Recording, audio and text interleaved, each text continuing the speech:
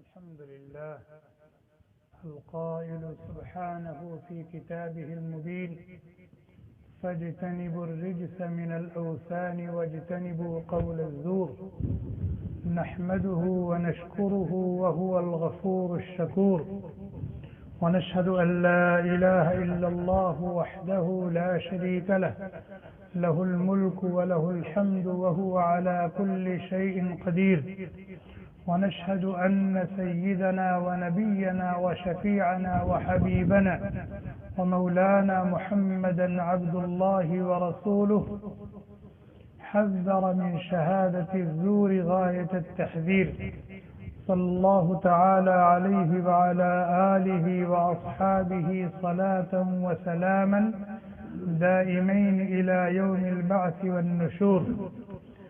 أما بعد، أعوذ بالله من الشيطان الرجيم. بسم الله الرحمن الرحيم.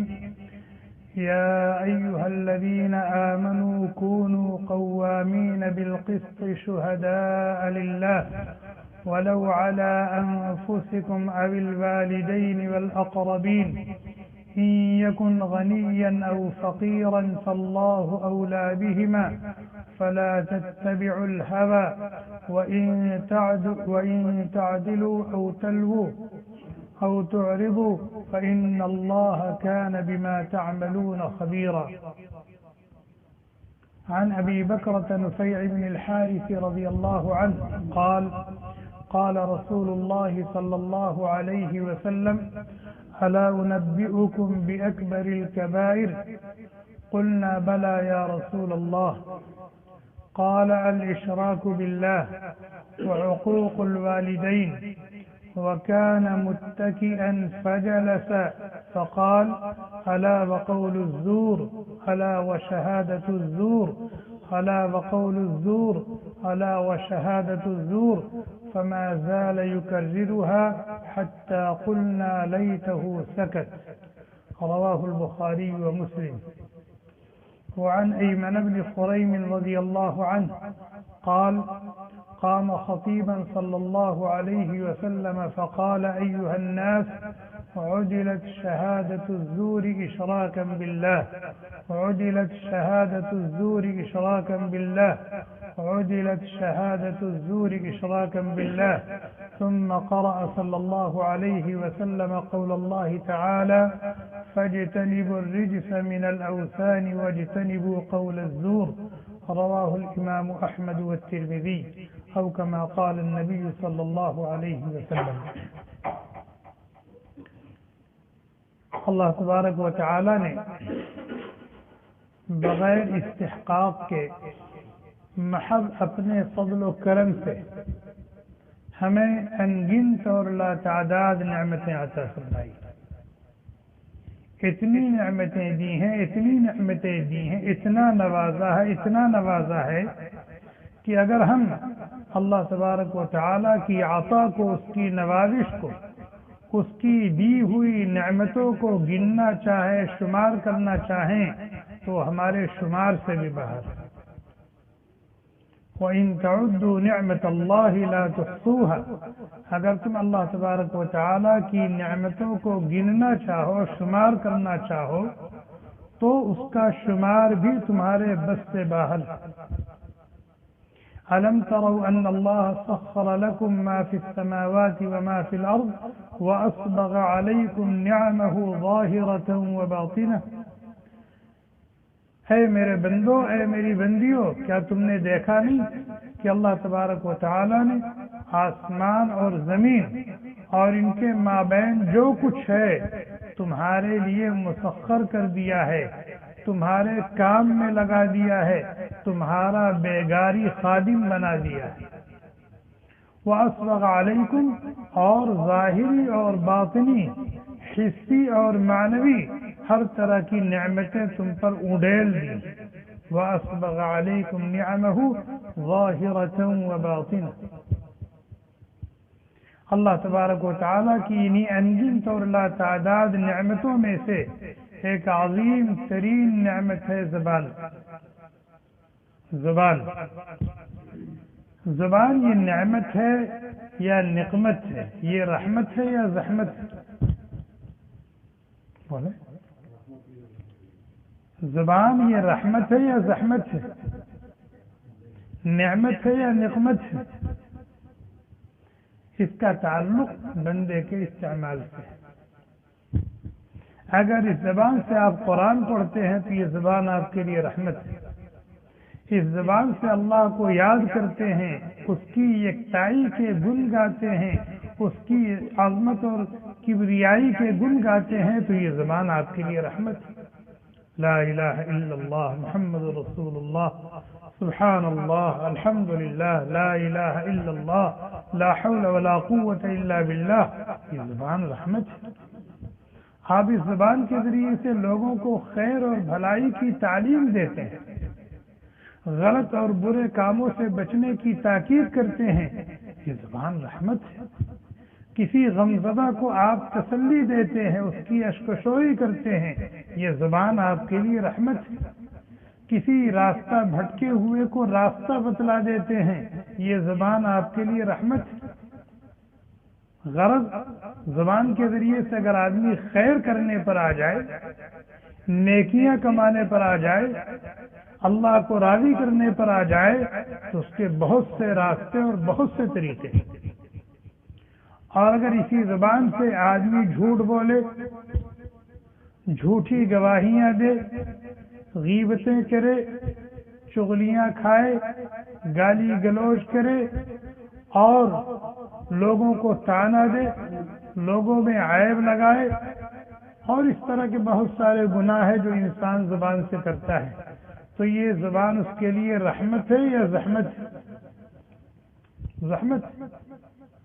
چنانچہ حضرت معاذ رضی اللہ تعالیٰ عنہ کی روایت ہے، نبی کریم صلی اللہ علیہ وسلم نے فرمایا کہ اگر تم اپنی زبان کو اپنے قابو میں کر لو، اپنے کنٹرول میں کر لو کہ زبان سے جو بولنے چاہیے صرف وہ بولو اور جو نہیں بولنے چاہیے اس سے زبان کو روکے رکھو، تو پھر تم کو نجات مل جائے گی۔ لیکن اگر تمہاری زبان بے قابو ہو گئی اور قینچی کی طرح سے چلتی رہی بلا کسی روک ٹوک کے، تو پھر یہی زبان تمہارے لیے جہنم میں جانے کا ذریعہ اور سامان بنے گی۔ زبان کے ذریعے سے انسان جو گناہ کرتا ہے، جو غلطیاں کرتا ہے اور اپنے انجام کو بد سے بدتر کرتا ہے، انہی کاموں میں سے جھوٹ بولنا ہے۔ کیا ہے؟ جھوٹ بولنا، بے سر پیر کی باتیں کرنا، جھوٹ بولنا، بے سر پیر کی باتیں کرنا، خلاف واقعہ بولنا اور جھوٹی شہادت اور جھوٹی گواہی دینا، یہ بہت بڑا گناہ ہے۔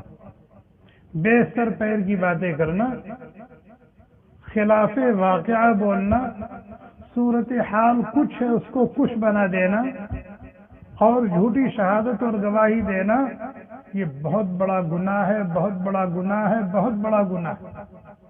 اور زبان کے ذریعے سے کیے جانے والے گناہوں میں سب سے بڑا گناہ جھوٹی شہادت اور جھوٹی گواہی۔ چنانچہ قرآن کریم میں اللہ تبارک و تعالیٰ نے ایک جگہ اپنے بندوں سے فرمایا فَاجْتَنِبُوا الرِّجْسَ مِنَ الْأَوْثَانِ، شرک اور بت پرستی سے اپنے آپ کو بچاؤ، شرک اور بت پرستی سے اپنے آپ کو بچاؤ، بتوں کی گندگیوں سے دور رہو۔ شرک اور بت پرستی کتنا بڑا گناہ ہے، بتوں کی گندگی کتنی بڑی گندگی ہے، اللہ تعالیٰ اس سے بچنے اور دور رہنے کی تاکید کر رہے ہیں۔ فَاجْتَنِبُوا الرِّجْسَ مِنَ الْأَوْثَانِ، آگے کیا کریں؟ وَاجْتَنِبُوا قَوْلَ الزُّورِ، جھوٹ بولنے سے، جھوٹی شہادت اور جھوٹی گواہی دینے سے بچو۔ مفسرین کہتے ہیں کہ اللہ تبارک و تعالی نے اس موضوع کو، کس موضوع کو؟ جھوٹ بولنے اور جھوٹی شہادت اور گواہی دینے سے بچنے کا حکم دے رہے ہیں۔ بت پرستی سے بچنے کا حکم دینے کے بعد معلوم یہ ہوا کہ جتنا بڑا گناہ شرک ہے، بت پرستی ہے، اور بت پرستی جتنی گندی اور گھناؤنی چیز ہے، اتنا ہی بڑا گناہ اور اتنا ہی گھناؤنا عمل جھوٹ بولنا اور جھوٹی شہادت اور گواہی دینا۔ یہ کہنا تو آسان ہے، کہنے والے نے کہہ دیا، سننا بھی آسان ہے، سننے والوں نے سن لیا، لیکن تھوڑی دیر کے لیے اس کی گہرائی میں اتریں اور اس میں تدبر کریں، غور کریں کہ یہ کتنی گہری اور کتنی اونچی بات اللہ تبارک و تعالیٰ نے فرمائی ہے کہ جہاں اپنے بندوں اور اپنی بندیوں کو شرک اور بت پرستی سے بچنے کی تاکید کر رہے ہیں، وہیں ساتھ ساتھ جھوٹ بولنے اور جھوٹی شہادت اور گواہی دینے سے بچنے کی تاکید کر رہے ہیں۔ معلوم کیا ہوا؟ دونوں کا گناہ قریب قریب ہے اور دونوں بڑے جرم ہیں اور دونوں کی وجہ سے دنیا بھی انسان کی برباد ہوتی ہے اور آخرت بھی انسان کی برباد ہوتی ہے۔ حضرت ابو بکر نفیع بن الحارث رضی اللہ تعالی عنہ جلیل القدر صحابی ہیں، یہ کہتے ہیں کہ ایک مرتبہ اللہ کے نبی علیہ السلام نے ہمیں مخاطب فرمایا اور فرمایا الا انبئکم باکبر الکبائر، کیا میں تم لوگوں کو بڑے بڑے گناہوں کی نشاندہی نہ کر دوں؟ کیا میں تم لوگوں کو بڑے بڑے گناہوں کی نشاندہی نہ کر دوں کہ جن کے ارتکاب کی وجہ سے وہ مرتکب دنیا میں بھی برباد ہو جاتا، آخرت میں بھی برباد ہو جاتا؟ صحابہ نے کہا ضرور بتائیں۔ آپ نے فرمایا، آپ ٹیک لگا کے بیٹھے ہوئے تھے، نبی علیہ السلام نے جب یہ بات فرمائی تو دیوار سے ٹیک لگا کر کے بیٹھے ہوئے تھے اور آپ نے فرمایا الاشراک باللہ، اللہ کے ساتھ شرک کرنا یہ بہت بڑا گناہ ہے، اس سے دنیا بھی برباد ہوتی ہے، آخرت بھی برباد ہوتی ہے۔ چاہے اللہ کی ذات میں کسی کو شریک ٹھہرایا جائے اور چاہے اللہ کی صفات میں کسی کو شریک ٹھہرایا جائے، چاہے اللہ کی ربوبیت میں کسی کو شریک ٹھہرایا جائے، چاہے اللہ کی الوہیت میں کسی کو شریک ٹھہرایا جائے، بہت بڑا گناہ۔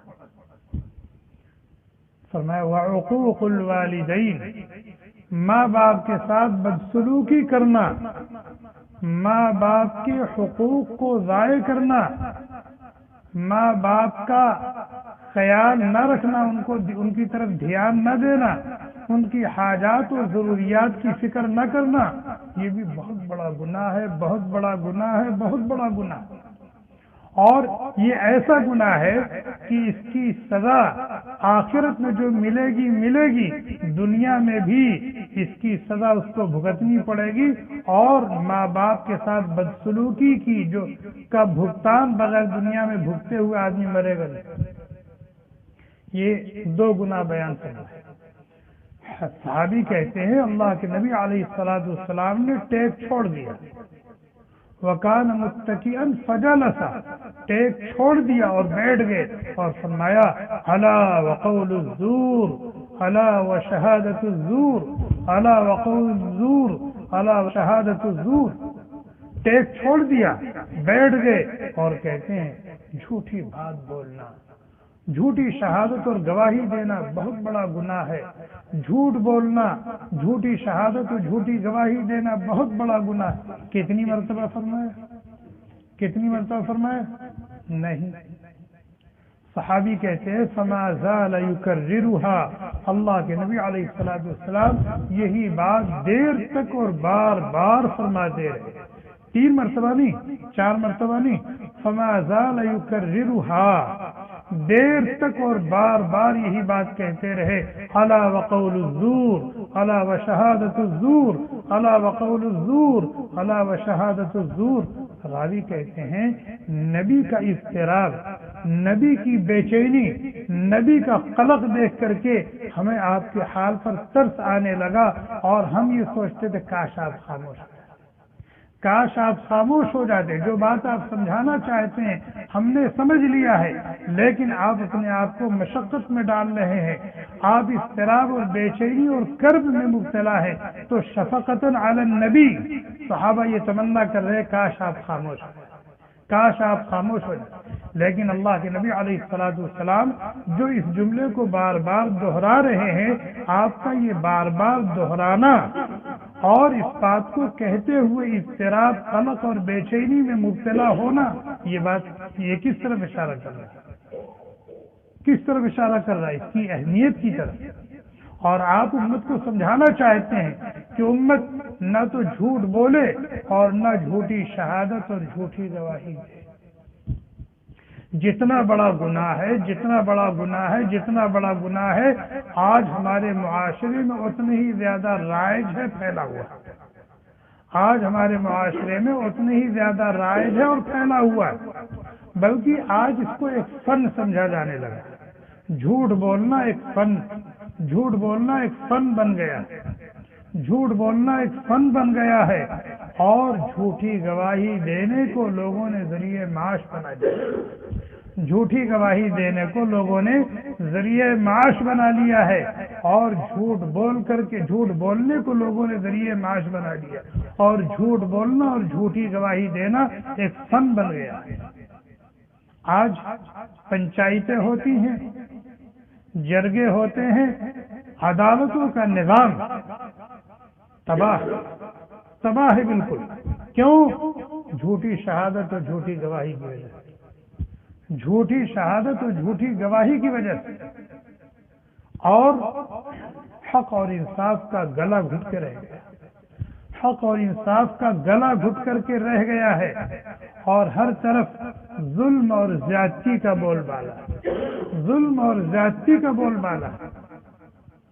آپ ذرا حالات پر نظر ڈالیں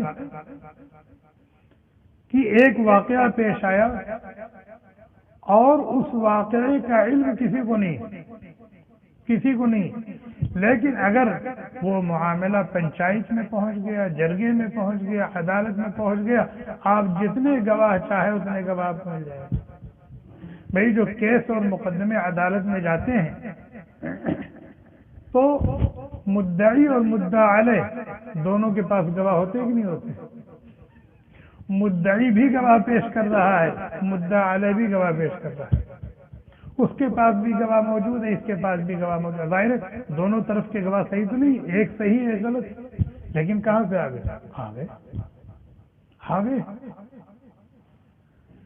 اللہ تبارک و تعالی نے فرمایا الا من شہد بالحق وهم يعلمون، الا من شہد بالحق وهم يعلمون۔ اگر شہادت اور گواہی دینی ہے تو دو باتوں کا خیال رہنا چاہیے۔ ایک تو اس واقعے کا مکمل اور صحیح علم ہونا چاہیے، جس بات کی آپ شہادت اور گواہی دے رہے ہیں، جس بات کو آپ بیان کرنے جا رہے ہیں، اس کا علم کما حقہ آپ کو ہے یا نہیں، یہ ضروری۔ وہم یعلمون، وہ جانتا ہو، پورے واقعے سے اچھی طرح سے واقف ہو، اور پھر ادائیگی شہادت میں جو کا تو بیان کرے اپنے علم کے مطابق، جو علم اس کو ہے اس کے مطابق بات کو بیان کرے، نہ اپنی طرف سے اس میں کچھ اضافہ کرے، ملائے، اور نہ اس میں سے کچھ گھٹائے اور کاٹ پیٹ کرے۔ یہ شہادت دینے، گواہی دینے کی کسی بات کو بیان کرنے کے لیے دو شرطیں ہیں۔ ایک تو کہ آدمی کو صحیح علم ہوا، اور دوسرے اپنے علم کے مطابق جو کی تو وہ بات بیان کرے۔ ہاں، علم کے لیے آدمی کا جائے واردات پر ہونا ضروری نہیں ہے، اپنی آنکھوں سے دیکھنا کوئی ضروری نہیں ہے۔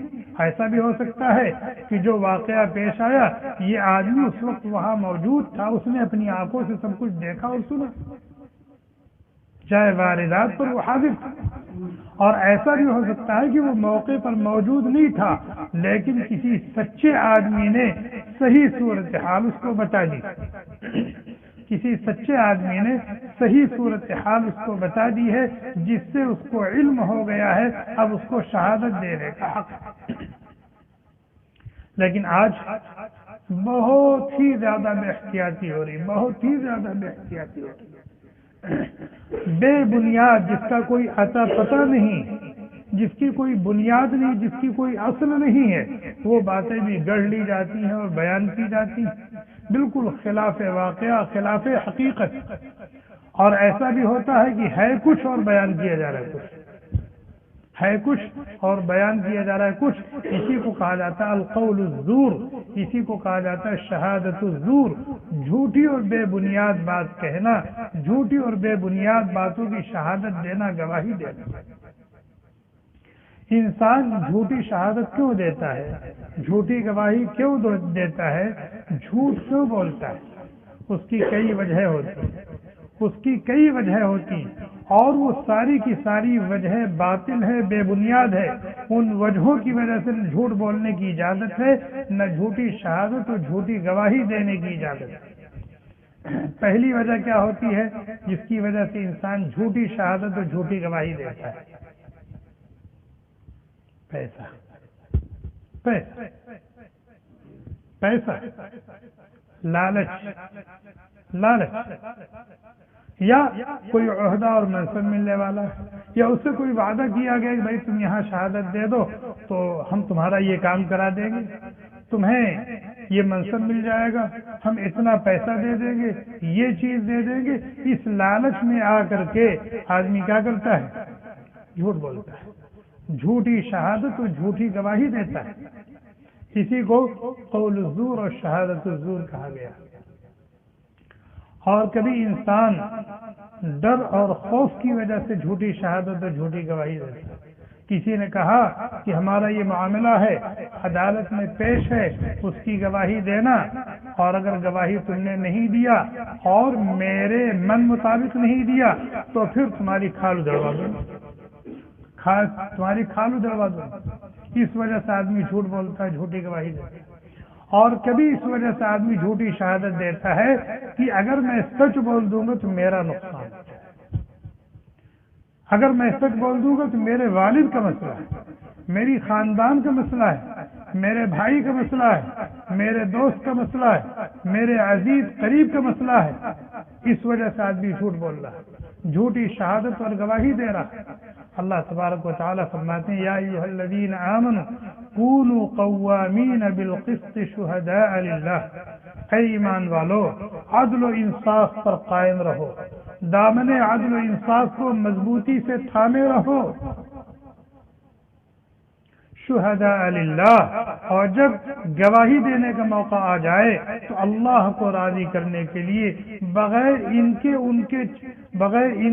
کے چشم ابرو کو دیکھے ہوئے، بغیر ان کی رضا اور خوشنودی کو پیش نظر رکھے ہوئے، صرف اور صرف اللہ کو راضی اور خوش کرنے کے لیے اللہ کا حکم سمجھ کر کے گواہی دو۔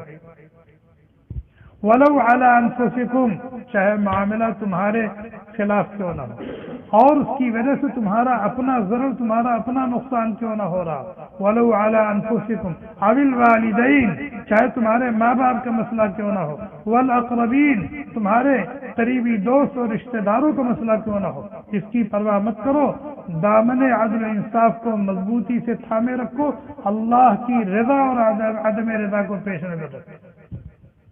ان یکن غنیا او فقیرا فاللہ اولی بہما، کبھی کبھی آدمی یہ سوچتا ہے کہ یار یہ آدمی مسکین ہے، یہی ایک جھوپڑ پٹی اس کے پاس ہے، اگر میں صحیح شہادت دے دوں گا، صحیح صورتحال بتا دوں گا تو اس کی جھوپڑ پٹی اس سے چھن جائے گی، یہ رہے گا کہاں؟ غریب کی غربت سامنے آ گئی، اس لیے آدمی جھوٹی شہادت دے رہا ہے۔ یا وہ آدمی مالدار بڑے پیسے والا ہے اور اس کی مالداری اور اس کی دولت سے متاثر ہو کر کے آدمی جھوٹی شہادت دے رہا ہے۔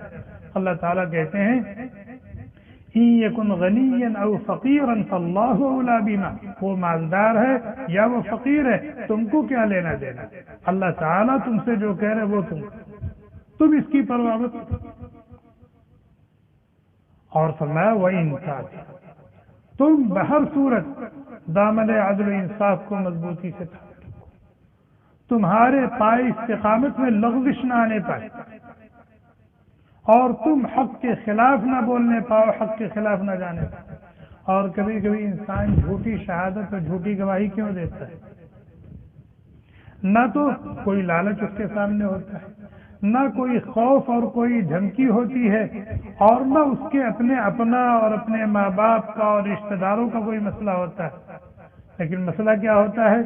یہ بھی اپنا نہیں ہے، یہ بھی اپنا نہیں ہے، یہ بھی اپنا نہیں، یہ بھی اپنا نہیں، لیکن اس سے ہماری انبن ہے، اس سے ہماری انبن ہے، اس سے ہمارا 100 کا آنکڑا چل رہا ہے، لہذا ہم اس کو زیر کرنے کے چکر میں ہیں، اس کو نقصان پہنچانے کے چکر میں ہے، حالانکہ جانتے ہیں کہ حق اس کے ساتھ ہے، حق اس کے ساتھ ہے، لیکن چونکہ اس سے ہماری بنتی نہیں، ہماری اس سے دشمنی ہے، عداوت ہے، اس لیے ہم حق کے خلاف گواہی دے رہے ہیں۔ اللہ تعالیٰ کہتے ہیں لا یجرمنکم شنآن قوم علی الا تعدلوا، کسی قوم کی عداوت اور دشمنی تمہیں اس بات پر ابھارے نہ، آمادہ نہ کرے، مجبور نہ کرے کہ تم دامن عدل و انصاف کو چھوڑ بیٹھو۔ عداوت و دشمنی اپنی جگہ پر ہے، لیکن حق کیا ہے، باطل کیا ہے، صحیح کیا ہے، غلط کیا ہے، اس کو تم اپنے سامنے رکھو۔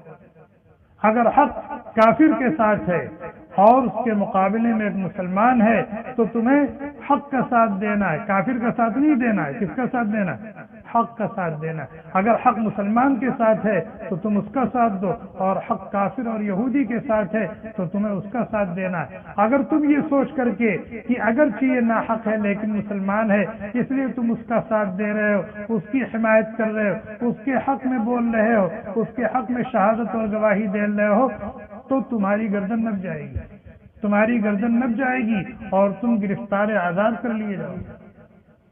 تو جتنی وجہیں تھی جن سے مجبور ہو کر انسان جھوٹ بولتا ہے اور خلاف حق گواہی اور شہادت دیتا ہے، اللہ تبارک و تعالیٰ نے سب کا پوسٹ مارٹم کر دیا اور فرمایا کہ یہ وجہیں اس قابل نہیں کہ ان کی وجہ سے آدمی زیادہ حق سے ہٹ جائے، دامن عدل و انصاف کو چھوڑ بیٹھے۔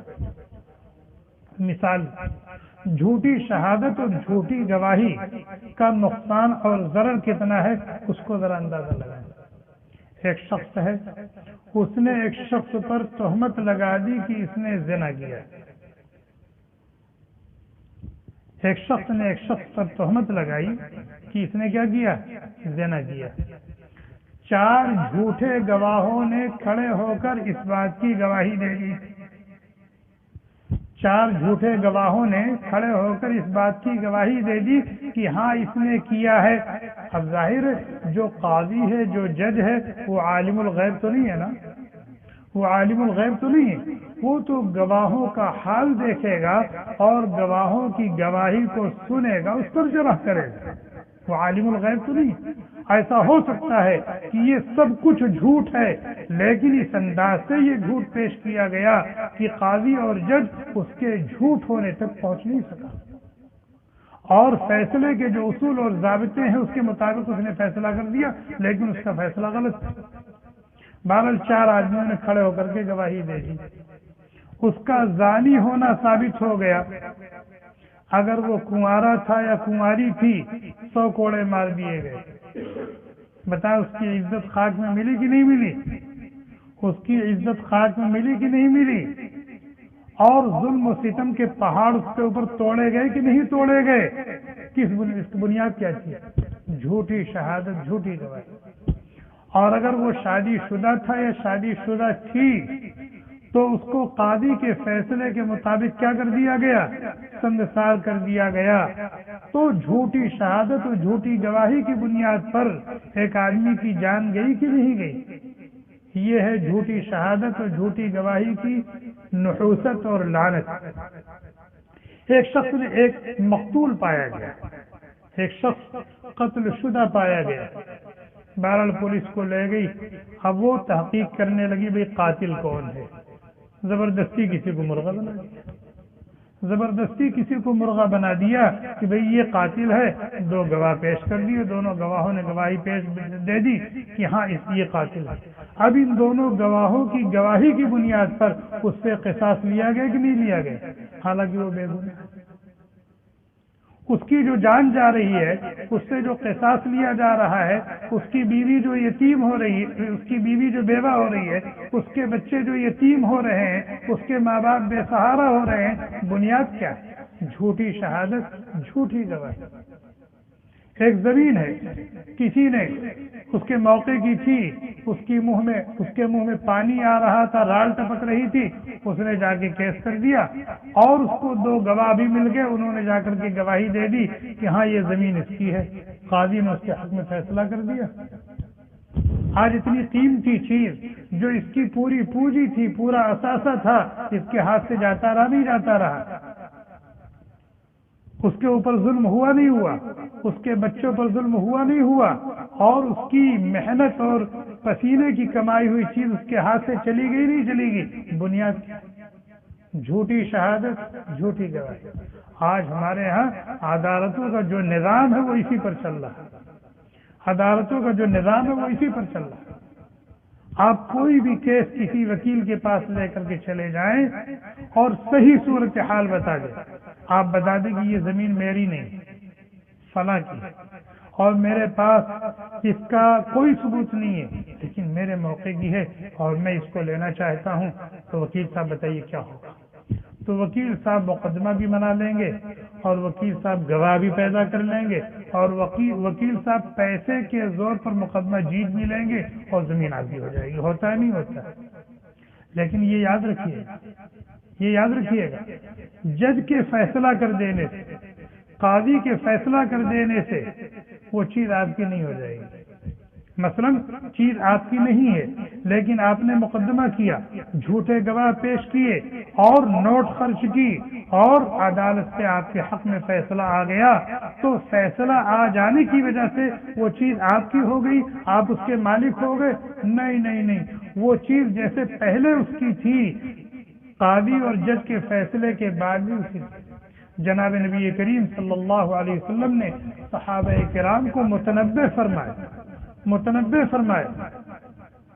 فرمایا کہ اگر میرے پاس کوئی مسئلہ آتا ہے، بسا اوقات مسئلے کو لانے والا علیم اللسان ہوتا ہے، چرب زبان ہوتا ہے، اور اپنی باتوں کو بڑے اچھے انداز سے شستہ طریقے پر اور ترتیب وار پیش کر دیتا ہے، اور دوسرا آدمی اس کے پاس وہ زبان نہیں ہے، وہ قوت بیان نہیں ہے، جس کی وجہ سے وہ صحیح طور پر ساری باتیں بیان نہیں کر سکتا۔ نتیجہ یہ ہوا کہ میں نے اس کی بات اچھی طرح سے سمجھ لی اور اس کی بات نہیں سمجھ سکا، اور اس کے حق میں نے فیصلہ کر دیا۔ کیونکہ فیصلے کے جو اصول تھے وہ پائے گئے، لہذا اس کے حق میں فیصلہ کر دیا۔ تو اگر میں اس کے حق میں فیصلہ کر رہا ہوں اور یہ اس کا حقدار نہیں ہے، تو میں اس کے لیے جہنم کا فیصلہ کر رہا ہوں، میں اس کے لیے جہنم کی آگ کا فیصلہ کر رہا ہوں۔ خلاصہ کیا نکلا اس گفتگو کا؟ جھوٹ بولنا، بے بنیاد باتیں کرنا، بے سر پیر کی ہانکنا اور پھینکنا، جھوٹی شہادت اور جھوٹی گواہی دینا بہت بڑا گناہ ہے، بہت بڑا گناہ ہے، بہت بڑا گناہ ہے، اور اس کی وجہ سے نہ جانے کتنے مفاسد وجود میں آتے ہیں، اس کی وجہ سے نہ جانے کتنی برائیاں وجود میں آتی ہیں۔ ایک منٹ میں ایک بات اور سنیں، جس طریقے سے جھوٹی شہادت اور جھوٹی گواہی دینا یہ بہت بڑا گناہ ہے، اسی طریقے سے اگر آدمی صحیح صورتحال سے واقف ہے اور شہادت دینے، گواہی دینے کا موقع آ گیا اور یہ شہادت نہیں دے رہا ہے، گواہی نہیں دے رہا ہے، تو گواہی نہ دینا، شہادت نہ دینا یہ بھی اتنی بڑا گناہ۔ جتنا بڑا گناہ جھوٹی گواہی دینا ہے، اتنا ہی بڑا گناہ جانتے بوجھتے ہوئے گواہی کو چھپانا اور گواہی نہ دینا یہ بھی اتنی بڑا گناہ۔ چنانچہ حضرت عبداللہ ابن عباس رضی اللہ تعالی عنہما کہتے ہیں، ان شہادت الزور من اکبر الکبائر وکتمانها کذالک، جھوٹی گواہی دینا بہت بڑا گناہ ہے اور گواہی کو چھپانا یہ بھی اتنی بڑا گناہ ہے۔ چنانچہ اللہ تعالیٰ کہتے ہیں وَمَن يَكْتُمْهَا فَإِنَّهُ آثِمٌ قَلْبُهُ لَا تَكْتُمُوا الشَّهَادَةَ، اگر گواہی دینے کا موقع آ جائے اور تم صحیح صورتحال سے واقف ہو تو پھر شہادت دینے، گواہی دینے سے انکار مت کرو، اعراض مت کرو۔ کیوں؟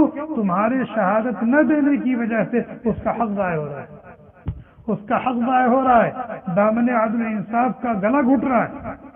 اس لیے شہادت کو چھپاؤ مت۔ موقع آ جائے تم سے شہادت اور گواہی کا مطالبہ ہو تو جا کر کے من وعن باتیں بیان کر دو۔ اور فرمایا وَمَن يَكْتُمْهَا، جو آدمی شہادت کو چھپاتا ہے اور گواہی دینے کا موقع آتا ہے گواہی نہیں دیتا، آثم قلبہ، خطرہ ہے کہ اس کا دل مسخ نہ کر دیا جائے۔ اللہ تعالیٰ کہتے ہیں اندیشہ ہے کہ اس کا دل اس گناہ کی وجہ سے، کتمان شہادت کی وجہ سے اس کا دل مسخ کیوں نہ کر دیا۔ مفسرین کہتے ہیں یہاں دل کی بات کیوں کہی؟ زبان، شہادت تو زبان سے دی جاتی ہے نا، شہادت تو زبان سے دی جاتی ہے، گنگ کرنے کی بات کہتے ہیں، یہاں دل کو مسخ کرنے کی بات کر رہے ہیں۔ فرمایا اس لیے کہ شہادت کا جو علم ہوتا ہے اور شہادت پر جو چیز آمادہ کرتی ہے وہ انسان کا دل ہوتا ہے۔ دل اس کو روک رہا ہے گواہی دینے سے، دل اس کو روک رہا ہے گواہی دینے سے، باوجود کہ دل جانتا ہے کہ صحیح صورتحال کیا ہے اور اس کے گواہی نہ دینے کی وجہ سے کتنے مفاسد وجود میں آئیں گے، کتنے حقوق ضائع ہوں گے۔ اس لیے فرمایا فَإِنَّهُ آثِمٌ قَلْبُهُ۔ ایک جگہ فرمایا وَلَا نَكْتُمُ الشَّهَادَةَ وَلَا نَكْتُمُ شَهَادَةَ اللَّهِ إِنَّا إِذًا لَّمِنَ الْآثِمِينَ۔ ہم اللہ کی گواہی کو چھپاتے نہیں ہیں، اگر ہم چھپائیں گے تو ہم بڑے گنہگار ہوں گے۔ مفسرین کہتے ہیں یہاں شہادت اللہ کہا گیا، حالانکہ گواہی تم دے رہے ہو اپنے جیسے ایک انسان کے حق میں دے رہے ہو، لیکن اس شہادت کو شہادت اللہ کیوں کہا گیا؟ شہادت اور گواہی اتنا عظیم معاملہ ہے، اس کی عظمت، اس کی بڑائی اور اس کی اہمیت کو بتانے کے لیے اس کی نسبت کس کی طرف کر دی گئی؟ اللہ کی طرف کر دی گئی، اس لیے کہ شہادت اور گواہی ہی کے ذریعے سے حقوق کی حفاظت ہوتی ہے، شہادت اور گواہی ہی کے ذریعے سے حقوق کی حفاظت ہوتی ہے، حق اور باطل میں، غلط اور صحیح میں، جائز اور ناجائز میں فرق اور امتیاز ہوتا ہے۔ اس لیے جہاں جھوٹی گواہی سے روکا گیا، منع کیا گیا، وہیں سچی گواہی دینے کی ترغیب دی گئی ہے، اس پر ابھارا گیا ہے، اور سچی گواہی کو چھپانے اور گواہی نہ دینے سے وعید آئی ہے، روکا گیا، منع کیا۔ اللہ تبارک و تعالی ہمیں ان باتوں کی سمجھ عطا فرمائے۔ زبان کے ذریعے سے یہ جو گناہ ہم کر رہے ہیں، اللہ تبارک و تعالی اس سے بچنے اور دور رہنے کی ہم سب کو توفیق عطا فرمائے۔ اللہ تعالیٰ نے اپنے فضل سے زبان کی شکل میں جو نعمت عطا فرمائی ہے، اس کو نعمت بنائیں، ہم نہ کہ نقمت بنائیں۔ رحمت ہے، اس کو رحمت بنا کے رکھیں، اس کو اپنے حق میں زحمت نہ بنائیں۔ اس زبان کے ذریعے سے ہم خیر اور اچھے اور بھلے بول بولیں، اور غلط اور برے بولنے سے بچیں اور دور رہیں۔ اللہ تبارک و تعالی ہم سب کو اپنی مرضیات پر چلائیں، نامرضیات سے بچائیں، جب تک دنیا میں رکھیں اپنا بنا کے رکھیں، جب دنیا سے لے جائیں خاتمہ بالخیر نصیب فرمائیں۔ سبحانك اللهم وبحمدك ونشهد ان لا اله الا انت ونستغفرك ونتوب اليك سبحان ربك رب العزة عما يصفون وسلام على المرسلين. Thanks for watching. Don't forget to like, comment, share and subscribe to Al Wahid channel.